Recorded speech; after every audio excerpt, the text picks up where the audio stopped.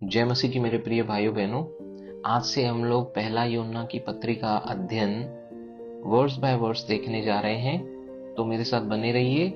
पहला यूहन्ना की पत्री पहला अध्याय, उसका पहला वचन, टाइटल दिया हुआ है जीवन का वचन। उस जीवन के वचन के विषय में जो आदि मतलब आरंभ आदि से था, जिसे हमने सुना और जिसे अपनी आंखों से देखा, वरन जिसे हमने ध्यान से देखा और हाथों से छुआ। अब जब हम इस पत्र को पढ़ रहे हैं तो यूहन्ना के सुसमाचार और इस पत्र के बीच में समानताएं दिखा रही हैं कि ये एक ही व्यक्ति के द्वारा लिखे गए हैं।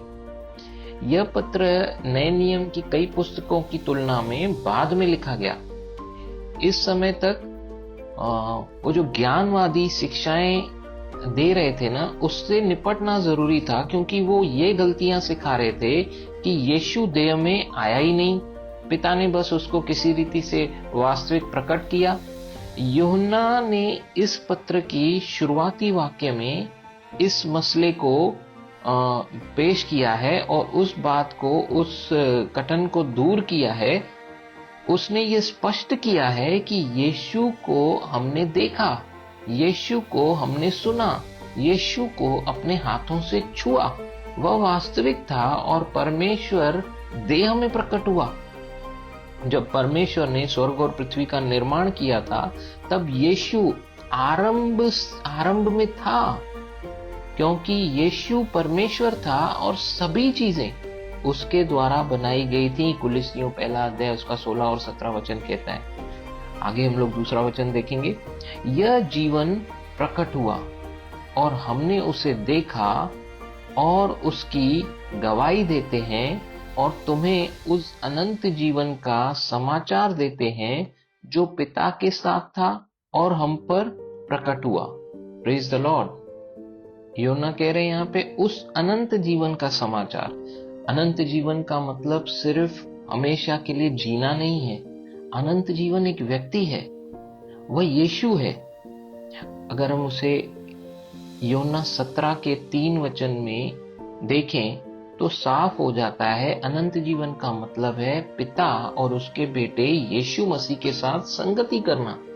जिन लोगों ने यीशु को अपना उद्धारकर्ता मान लिया है, जिनके पाप क्षमा हो गए, लेकिन वे प्रभु के साथ प्रतिरोज अगर संगति का आनंद नहीं ले रहे, तो वे अनंत जीवन का अनुभव कर ही नहीं रहे। Praise the Lord. तीसरा वचन, जो कुछ हमने देखा और सुना है उसका समाचार तुम्हें भी देते हैं, इसलिए कि तुम भी हमारे साथ सहभागी हो, और हमारी यह सहभागिता पिता के साथ और उसके पुत्र यीशु मसीह के साथ है। Praise the Lord. इस पत्र को लिखने का यूहन्ना का उद्देश्य लोगों को पिता और पुत्र के साथ उस संगति में लाना था जो उसके पास थी।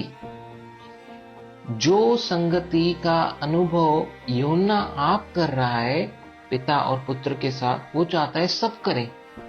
किसी भी व्यक्ति को जो कुछ भी चाहिए वो पिता और पुत्र के साथ संबंध और संगति के द्वारा ही आता है।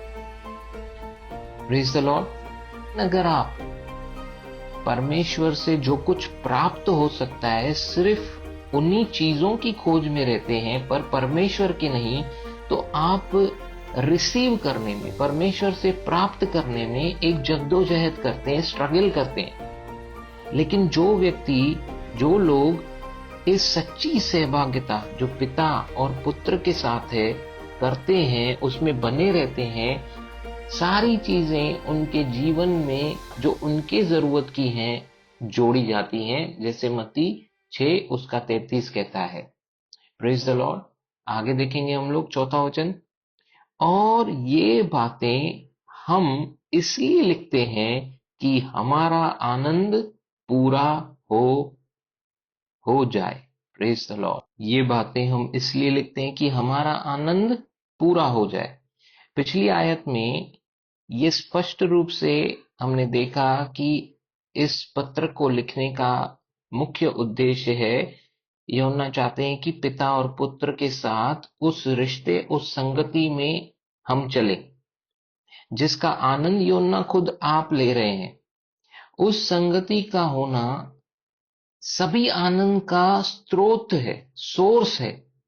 जैसा कि भजन संहिता 16 उसका 11 में हम देख सकते हैं, तू मुझे जीवन और मार्ग दिखाएगा, तेरे निकट आनंद की भरपूरी है, तेरे दाहिने हाथ में सुख सर्वदा वास करता है। सच्चा आनंद जो है चीजों या समस्याओं के नहीं होने से नहीं होता है। मतलब अगर आपके जीवन में कोई समस्या नहीं है तो आप सच्चे आनंद में हैं, या आपके पास सारी चीजें हैं तो आप सच्चा आनंद आनंद में हैं, ऐसा नहीं है। ये केवल पिता और पुत्र के साथ संगति में पाया जाता है। और अगर हमारे पास वह आनंद है जो संगति से उत्पन्न होता है, तो वह आनंद तभी भी बना रहेगा जब आपके पास अ, जब चीजें हमारे हिसाब से नहीं चल रही, या फिर सिचुएशन हमारे अगेंस्ट जा रही, फिर भी वो आनंद बना रहेगा। धन्यवाद यीशु। Thank you Jesus. हम लोग आगे के अध्ययन में 5 वचन से आगे देखेंगे। जय मसीह की। God bless you.